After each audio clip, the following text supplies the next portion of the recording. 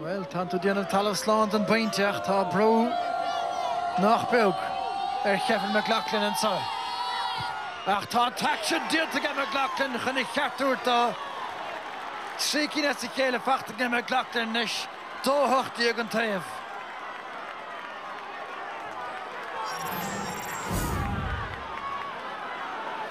Nis, bhfuil sé ná an dúin scór a bhain eile a gháilt a scarach na fórne deire hir.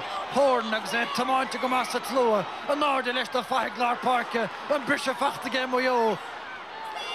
Telef awn le buachtaint, buairt ar a dalamh ag Cíldar agus David Hyland inis. Le ar a cadúr me ruair a bhain eile beidir chun cían sa de Cíldara.